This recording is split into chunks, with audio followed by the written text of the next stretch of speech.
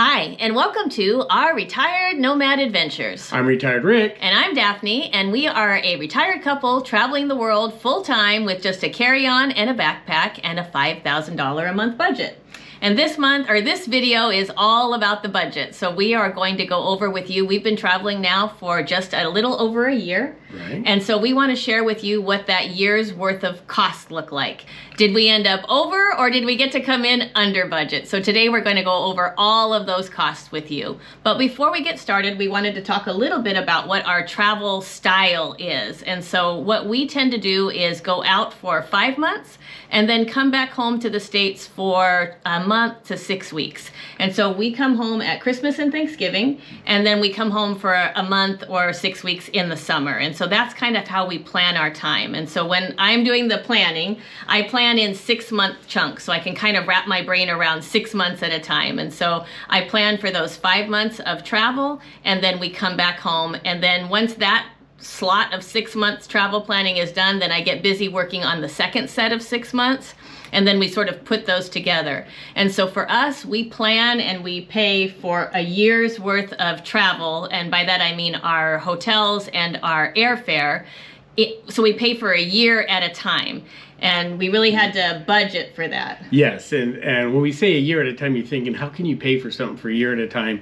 Travel, lodging, and everything that comes into traveling.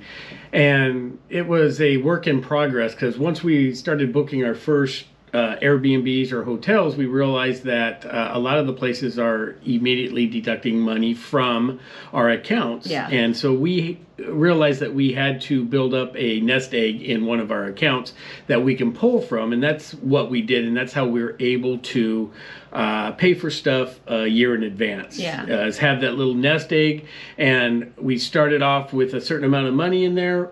We pay for stuff, and then as it depletes that account, as we're traveling, we add back to that account as if we're paying for that month's lodging as we're traveling. So the account gets depleted, but then we also add more money to that account so we can be able to book our year out bookings. Yeah, so then it builds back. So all through that year, then it builds back up, because each month we're putting, so for our accommodations averaged this time just under $2,000 a month.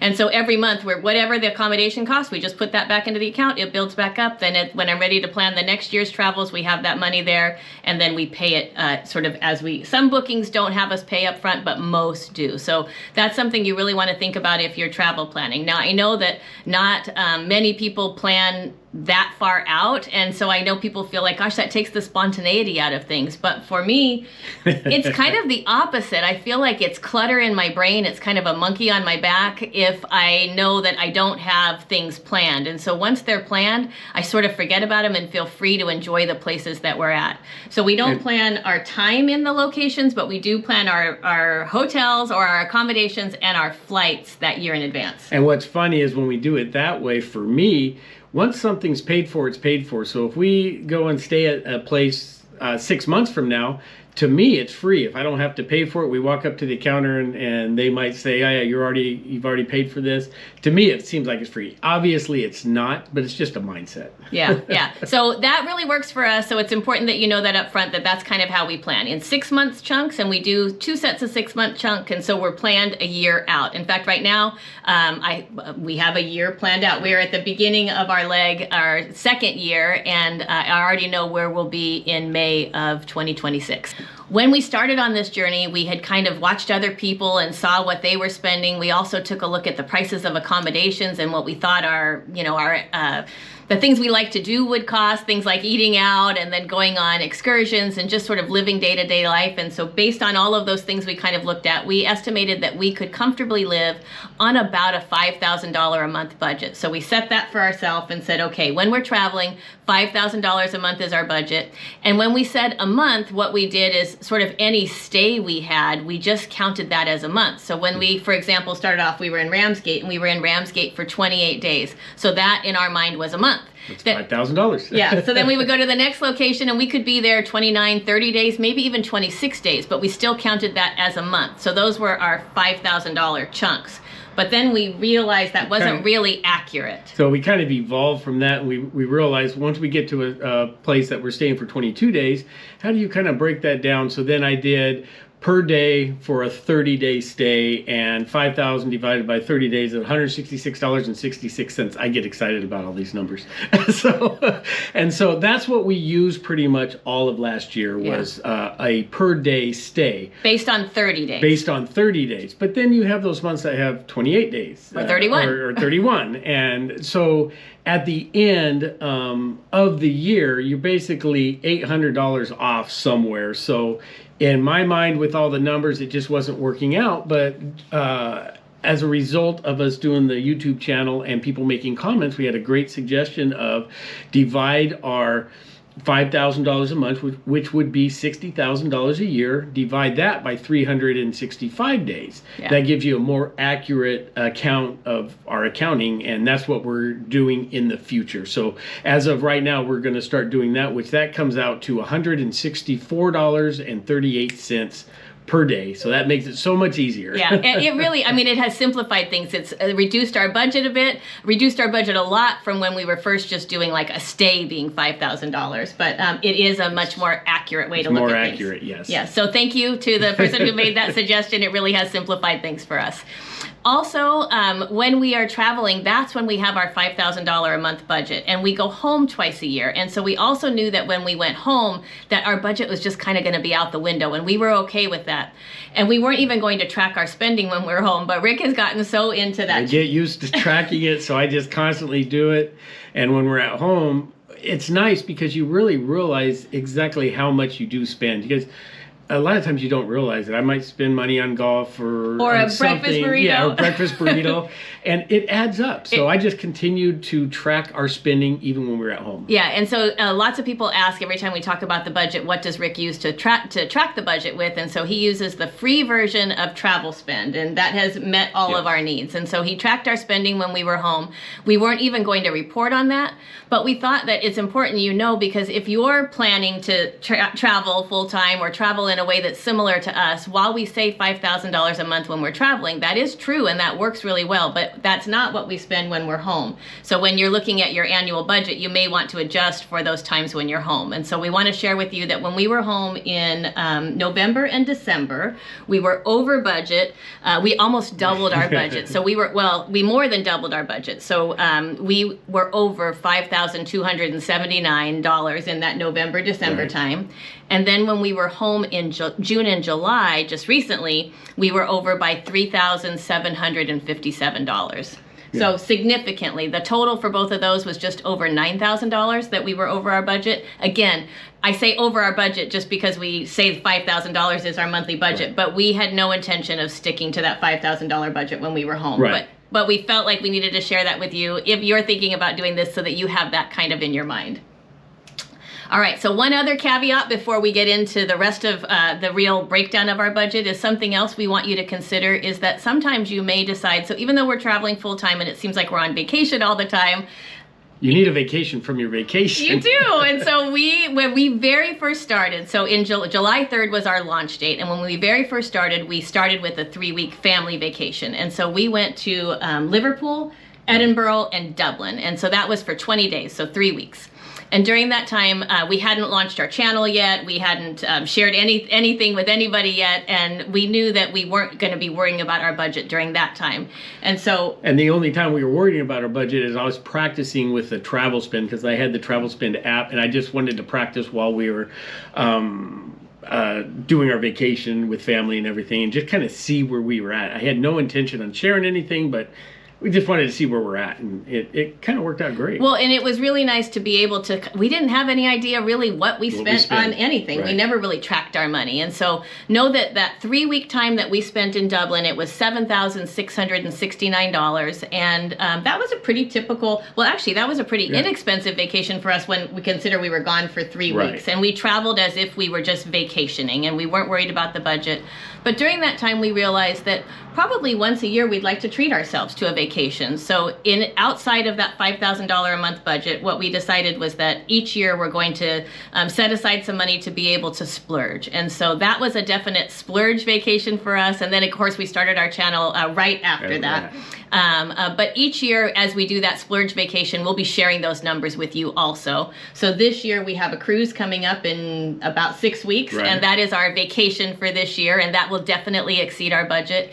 And then the following year, you turn 60, we have a big planned golf adventure, and so that will be our vacation for that year. And so I guess what we're saying is that think about that if you're thinking about doing this lifestyle. Are you always going to stick to that budget? Like no matter what, is that the budget and whatever you're going to do needs to fit within that? Or do you have little pieces that you sort of pull out and say, okay, this is my traveling budget and then these are some exceptions to that. So those are the exceptions for us. And there's no right or wrong answer. It's just whatever works for you. And as we travel, we found things that worked and things that didn't work. So yeah, and I imagine that will continue to change, but this is where we're at for right now. All right, so now in order to detail the budget for you, we need to share with you where we went this year. So this year, like we said, we started with that 3-week vacation, and then from there we went and spent a month in Ramsgate, England. We needed to, as you plan for Europe, you have to, if we're planning for 5 months, we know we have to spend 2 months outside of the Schengen zone, and then we could do 90 days inside the Schengen zone. So that Ramsgate really took us out of the Schengen zone for those 30 days, plus our time in England and Dublin with that vacation time. And so from there we went to Portugal and we spent 3 months in the Algarve.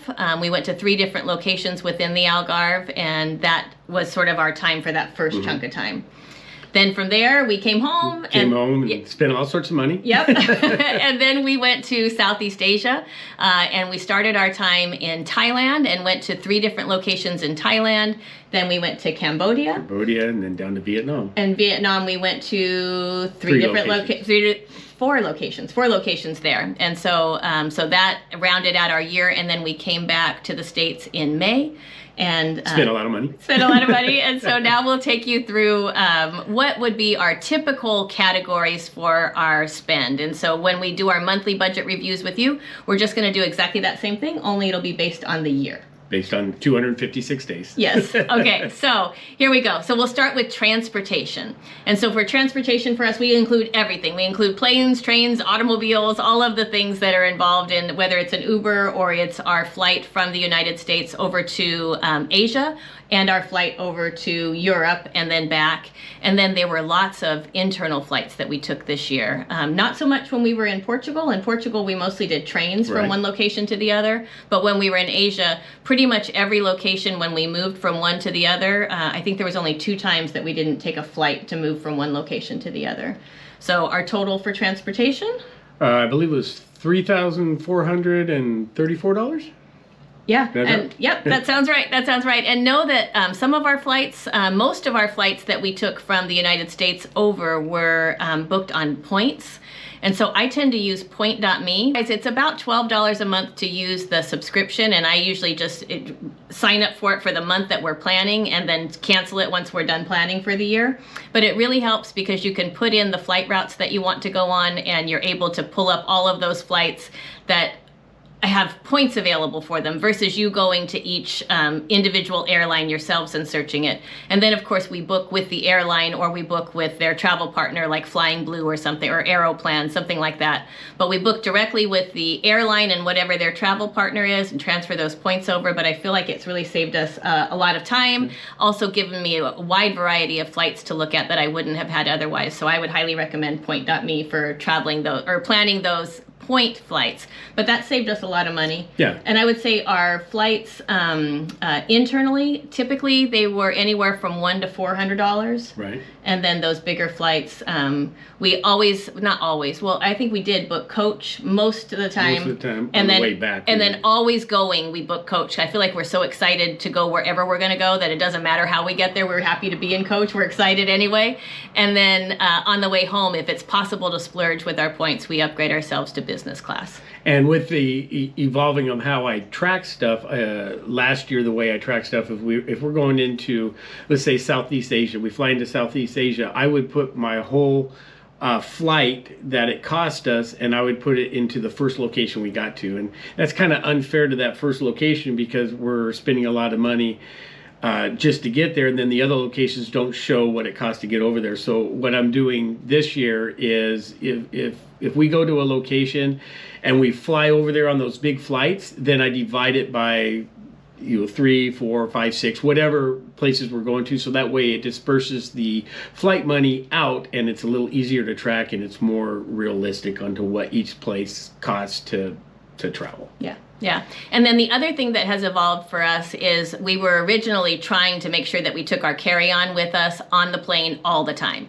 And we realized that's also not realistic, right. That in some countries, they much more are focused on the weight restrictions versus the size. And we use the way bigger carry-on. And so the size is always fine. We can get it into the little things that they ask you to measure it. But we're so far off with our weight that there's no way we'd ever make the weight restrictions. So what we do now is we just pay for a checked bag if it's not included, and then we hope for the best. So we try to take it with us, and then if they say, if they ask us to weigh it or if they question it in any way, then we just know it's fine. We've paid to have it checked, and so we just check our bag. So know that we've done a checked bag way more than we ever have before, and we're just okay with it, and we pay for that up front. And we haven't had any problems, so no. knock on wood. Yeah. So our next category is accommodations, and this is it's the largest part of our budget. How much do we spend on it? For our accommodations, we spent $16,788. Yeah, okay. And so know that for us, we really know that as you're an older traveler, if you're older travelers like us, you kind of know the things you do and you don't like. And so we don't look for the least expensive place, and we certainly don't look for the most expensive place. But we do know those things that are sort of comfortable for us and the things that we need to have and the things that we would like to have. And we kind of take all of that into consideration. Mm-hmm. And you did figure out what our average per location, our average accommodation cost was $1,399. Yeah, that's fantastic. But know that this year, half of our year was in Southeast Asia, and so that really so that's another travel planning tip. So we planned half of the year in Europe and half of the year in Southeast Asia, so they could kind of balance each other out. Yeah. And we tend to use Airbnb and Booking.com for most of our accommodations to kind of search, and so it's really worked out well. I mean, I scour the reviews. So we haven't had anything that's been terrible. No. There was just one place that we weren't thrilled with. And don't be afraid to also book hotels too, because we've done that too. Yeah, we're in a hotel right now, and so that has really worked out. And so I would say really make sure to read those reviews, look for those things. I always filter for those things that we need, and then really keep my eye out for those things that we want. Like I always want a bathtub, you always want a balcony, but those aren't things that we have to have. The other thing that we always look at is the location, and so we know that we're I don't want to call us lazy travelers, no. But we are simple people. And so we like to be sort of in the heart of where everything is, because if it involves public transportation to get us from one location to the other, it's just a layer that we struggle to kind of... If it's a mystery to us, it's going to stay a mystery, because we're not going to try to figure it out unless it falls in our lap. We're trying to get better. If it's something that we absolutely want to have happen, which there aren't too many of those things that we absolutely have to have happen. And so we try to put ourselves in the most convenient location possible. So that's also something that we really, I know other people like to be out of the main attraction area, and they're really happy to kind of take some transportation in. We need it simplified for us. And so we try to put ourselves in the heart of everything. Yeah. Okay, so our next category is dining out. And so this has been such a fun year with food. Like we have had the best, most variety in food. Right. So this has been fun. So how much did we spend enjoying all these great meals? We spent $6,756. Okay. And that's it's dining out. It's having coffees. It's having breakfast, having lunch, having juices. Yeah, juices. So that's what encompasses our dining out category. And I would say when we were in England and when we were in Portugal, we ate out a few times a week, at least a few times a week. But we cooked in a lot there also. Because we had a kitchen, or we had a way to cook. And it was more expensive. And so when you're right. We had a way to cook, and it was more expensive. In Asia, we stayed in a lot of hotels, and so sometimes we didn't didn't even have the ability to cook anything for breakfast, which Rick, you always like to cook breakfast. Yes, but it works out because a lot of places that we book, they usually give free breakfast. Yeah, so because there were a lot of hotels. So don't we did need to cook. Yeah, so that was great. So we dined out less frequently when we were in Portugal, and then when we were in Asia, we ate out 2 times a day. So that encompassed a lot of eating out. So that was a really great price for all that we got for that. And I would say I had my favorite meal when we were traveling was still that braised fish that we had when we were in our last location in Hanoi. And what about you, Chiang Mai? I'd probably Chiang Mai, probably the fish. Yeah, the grilled fish. I like any grilled fish, so. But that one, everything you would compared everything to that grilled fish. Yes. So we had some of our favorite meals when we were traveling, and so I feel like that was a great cost. Yes. Okay, so then the next is groceries, and so what did we spend? So with groceries, we spent $3,148. Okay. And that's just like we said, groceries include wine, eggs, bread. wine, Diet Coke, eggs, bread, and some Coffee, snacks yeah. and some coffee. Yeah, so depending on where we were at. Yeah. And so, so we did a lot of groceries in Portugal and England, not so much in, and that worked out to be about $12 a day on groceries. Yes. Okay. Next category for us is entertainment. Entertainment. We spent $3,291. And that's excursions. Any excursion we went on, the time when we were in Portugal, in Cabanas, you had a golf membership, so that included all the golf. It also included, when we were in Southeast Asia, almost daily massages. And so the highlights were, I would say, the massages. For me, the real highlight was when we were in Chiang Mai, we went to an elephant sanctuary and got to spend a day with the elephant. Cambodia, we got to go to the Kulin waterfalls and the mountains. That was really beautiful. Angkor Wat. So, and when we did James Bond Island, when we were in Phuket. So we did all kinds of really great things. And so that was all encompassed in that $3,291.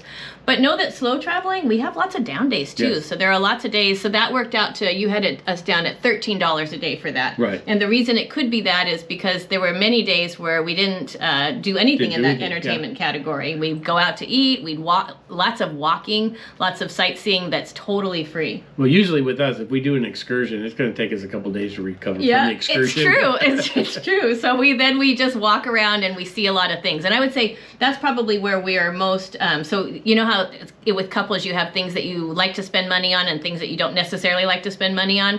I'm happy to spend money on an excursion, and you're not always thrilled to spend money on an excursion. So happy to do it, but not thrilled to spend money on it. Yeah, and then you're always glad that we did it on the backside, but I have to be very it has to be a meaningful excursion for us to go on it, because I know I have to sort of present it to Rick and see his either delight or about it. And so I feel like we've done a lot of really cool things for not a lot of money, and there is plenty to do when you're out and about without spending any money. Yes. Okay, let's see. Personal care. Personal care, we had $1,518. Okay. And that's just what it sounds, personal care. Haircuts for me, haircuts for you, skin product, makeup, whatever. Body lotion, anything. any of those items that you need when you're going out and about. I bought lots of hair dye when we were traveling, so when we travel, I don't get my hair colored. Well, I did get it colored once at the end. I got desperate. But yeah, any of those things that we're buying. My tretinoin that I go looking for. Some are more expensive than others, but it's just as we're out, we like that. That's one thing that we like to do. It's almost like an excursion, is to be able to walk around and then see what prices are of what we're used to paying for down in the States and versus here. Some things are way more expensive. Some things are way cheaper. So it just depends on what it is. And each location, like each country and then each location, varies wildly in what you can and can't get. So it is interesting to be able to see what we can and can't get and then what prices we pay. One thing we did realize is it's very cheap to get sunscreen in Ramsgate. Yes, and not so cheap in Portugal. No, not so cheap in Portugal. You're paying about 3 times the amount in Portugal as you do in Ramsgate. So that was interesting, and I wish we would have bought a lot of bottles of sunscreen in Ramsgate. Yes. We spent the extra money in Portugal when we went. Now, we do have health care. We have a insurance that we pay for, our medical insurance, but this out-of-pocket health care is what we're going to talk about. So you had 2 visits to the dermatologist when we were traveling, and then Rick also had you went to the dentist also. And then you had a cold when we were out, so we bought some medicine. Yeah. So the total cost for that medical, so it's not the medical insurance, but when we were out and about, was $149. Yeah, and so think about that, like because we just, even though we have medical insurance, we just pretty much pay cash for when we're out doing all this stuff. We don't claim anything. Well, because our deductible is very high, Yeah. and when you're traveling in these other countries, healthcare, the cost is just so much more reasonable. And so, so you had a bunch of things frozen off of you at the dermatologist, so 2 dermatologist appointments and a dentist visit plus some medicine in less than $150. That's not bad at all. No, fantastic. Okay, so then miscellaneous, and so this includes silly things like postcards home, batteries, cleaning supplies, little souvenirs, laundry service. Stuff that didn't fit in a regular category, and that was $481. Yeah, even it included you were pulled up onto a water buffalo, and it included, and then we had to pay for those pictures. Or those times that you have to use the restroom, and then you're in a country that you have to pay for the restroom. So. Yeah. So that was $481. Yeah. So those things that don't fit into the categories. And then the next categories are things that we kind of have ongoing. And so one thing is our cell phone plan. And our cell phone plan, we spent $915. And that's a lot for traveling. From what we find, people spend way less. But what we like about it, we have T-Mobile, and it's just convenient for us. We don't have to change anything. We get 5 gigabytes each a month for international data, and we use our phone different when we travel than we do at home. At home, we just don't worry about it. We take it off of cellular data and we go about our business. When we're traveling, we have to be more aware of the cellular data. We download maps, and we can offline, and we can still use our phone the exact way we use it at home. It's just we have to be more mindful of it, and when we use it, when we turn on cellular data, when we turn it off, and we've never had an issue with it. And it's actually worked out really good, and it's just convenient for us. Yeah. And so, again, we know that you could do this much, much cheaper, but the convenience for us is worth it, and we've been really happy. And so this year that worked out really well. So then how about the rest of our recurring costs? And that includes life insurance, car insurance, any subscriptions, those kind of recurring things that we have back home. And that was $3,909. And that's just what it is. Stuff that we still are obligated to pay as we're traveling, and it's nothing that's included in our traveling stuff. I mean, it's included in our travel every month, but it's nothing that benefits us in traveling. We still have to pay for it, traveling or not traveling. And you should know that we have kept, so we sold my car when we sold everything, but we kept Rick's truck. And we did some research to figure out how much it was going to cost us to rent a car when we were home for those 6 weeks at a time. And the prices were so high, and so it just made so much more sense and was way cheaper just to keep Rick's truck. And so we've done that. So that's where some of those recurring costs come through. Right. All right, so I guess that's sort of all of our expenses, and so let's do a drum roll with this. And so how much did we spend? So our trip was totaled, our traveling time was a total of 256 days of travel for the year, and our total cost? Well, you might have to tell it because... Okay, so $39,806. Right. So that took us $2,859 under budget of our $5,000 a month budget when we're traveling. So those times that we were in Southeast Asia that we were under budget really helped us for the times maybe in Ramsgate where we were over budget, or just slightly we were under budget. But in Ramsgate we ate cheese sandwiches so we could come in $12,000 or $12 under budget. So we definitely did some things to scrape there. Yes, and on those times that we're fast traveling, 5 days, 7 days at a time, and we were over budget there, that it all averages out. Yeah, so it ended up being $155 a day is what we average spent during that time. And so again, pairing those higher cost areas with the lower cost areas. So now we have... And that $155 a day is for 2 people. Yeah. And so now, that just under $3,000 is what we came in under budget, $2,859. So now we're traveling. So now we can kind of roll those 6 months. So we can say we had those 6 months in Southeast Asia. Then these next 6 months we're in Turkey and we are in Italy. So those are going to be higher cost areas. So we have that little bit of cushion from that money that now we can roll forward into those next 6 months. So it kind of can be a rolling process. Right. And at the end, hopefully at the this time next year, we're going to be even more under budget or right at budget. Yeah, So- that's the goal. That's the goal. We always love the idea Yes. of being under budget, but the goal is to at least break even with our $5,000, the budget we set for ourselves. So keep in mind too that this total that we gave you does not include our vacation costs or our time back at home. And then the other thing it doesn't include is our medical insurance. And so our medical insurance, we have Cigna Global, the silver plan, and we have add-ons that we added to it. And it's all based on your age. And that cost for us is about $6,500 for the year. And that includes being covered in the United States for Yeah, a certain time too. so we added on that extra feature. We added on a few other things. And the number one thing that we get asked about most is the medical insurance. Like, what do we do as travelers for our medical insurance? And then we also get asked about our cell phone plan. So we think we're going to do another video where we kind of go over both of those things, because we have had some experience with Cigna this year. Originally, when we chose Cigna, we chose it based off of the best research we could do, but we weren't sure how it was going to work out for us. We just wanted to get insurance, and and we did a lot of tried research, the best we could, but we didn't know. So so now that we've had both the cell phone plan and the medical for a whole year, we think we'll do a video kind of going over both of those things. But so remember that it doesn't include those costs. Yeah, so we hope that this has been helpful and really transparent for us to kind of share all of it with you. And if you're thinking about doing this, you can kind of gauge up or down for yourself what might work for you. Right. And, we feel like we're like right in the middle. Yeah, with lots of people doing more than us and people doing, yes. And we want to thank, this journey along the way has been made so much better because like we get these little treats along the way. And so we just want to make sure to say thank you. So we've had some people buy us coffee and we want to make sure we thank them. And so Robert Dardis, thank you. You got us 2 coffees. We so appreciate that. Thank you very much. And then Shannon and Tony, you made sure to tell us that you wanted us to get Diet Coke, coffee, and carrot cake. And so we are going to happily oblige with that. Thank you. And then waking up this morning, just this morning, Lynn Carlson 5 coffees. So thank you very much. Yeah, thank you. Very appreciative. Thank you for that. And so we hope, again, that today's video was helpful, and we hope you join us next week for more Retired Nomad adventures. And until then, bye.